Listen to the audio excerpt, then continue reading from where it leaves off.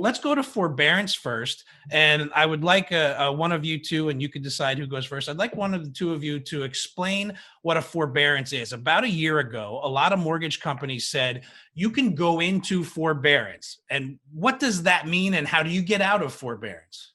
I can talk about that. So, a forbearance is really just simply an arrangement where your mortgage servicer elects not to take negative action against you during a certain period of time. So, they're not, most of these forbearances are 6 months, right? They're not going to report negatively to your credit if you're not making payments. They're not going to take collection attempts. They're not going to foreclose on you. But one thing that it isn't is a forgiveness of those payments. So I think a lot of times consumers hear forbearance and they may think that the payments are going away, or that they permanently don't have to make those payments. This is just simply an arrangement where they're not going to take any negative action against you for that period. And those payments are still due. So what we want you to do is make sure that you're coming up with a plan, consulting a lawyer, and you've got a way to deal with those missed payments. I mean, we're seeing people that are 6 months, even a year in with missed payments, and still, of course, want to keep their family in their home. So, you want to be talking to an attorney to make sure that you can keep the property. You could also reach out to the mortgage company to see if they'll allow you to do a loan modification to put those on the back end. But you want to deal with that permanently and not have that lingering out there. Wonderful. And Sam, I'll go to you in 1 second, but that's a very good point that you brought up, Brent. I want to ask Sam about this.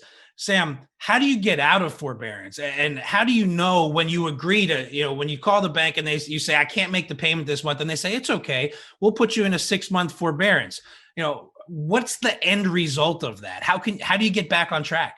Yeah, so there's a couple things. It depends on the agreement that you reach with the bank, right? And typically, I have seen it where the bank they don't typically call you and say, hey, just wanted to let you know you have to start making your payment today. Today's your due date. What I typically see is folks get out of forbearance, they think they're still in, they don't make the payment, they get behind, right? But I want to talk about that solution in just a minute. But the other issue is there are some forbearance agreements where they tack it on at the end of the mortgage, right? And here's what I need folks to understand, right? That they can kick the can down the road and that immediately takes pressure off, right? So if you're in food service or childcare and you hadn't been working because of the COVID pandemic, you're thinking, okay, I can breathe now because I don't have to make these mortgage payments. It's still owed at the end. And the other thing you got to realize is that some of these banks are able to charge additional fees for going into forbearance and allowing that to happen. Okay, so that's something that you'll be facing down the road. The other thing you got to realize is you hear on the news and you read on the internet about all these banks, telling everybody you don't have to make a payment right now. Everybody's in forbearance. If you don't have a deal with the bank, you still have to make the payment, right? And so we have clients who come to us and they say, well, heck, I'm in food service, or I've worked in a factory and they reduced our hours because of COVID and we can't have that many people in the factory. I haven't been making my house payment, but everybody's in forbearance. Well, magically, right? Yeah, you're not in forbearance unless the bank says you are. But okay, there are options that you have. Okay, so there are many cases where you can call the bank and try to work out a deal with them, or if the bank won't deal with you, or if you don't like the terms that they're offering, a solution that requires less money each month would be something called a Chapter 13 bankruptcy. Talk to a bankruptcy attorney about it, but it would give you the opportunity to catch up on your house payments if you weren't in a forbearance, but you just hadn't been making a payment.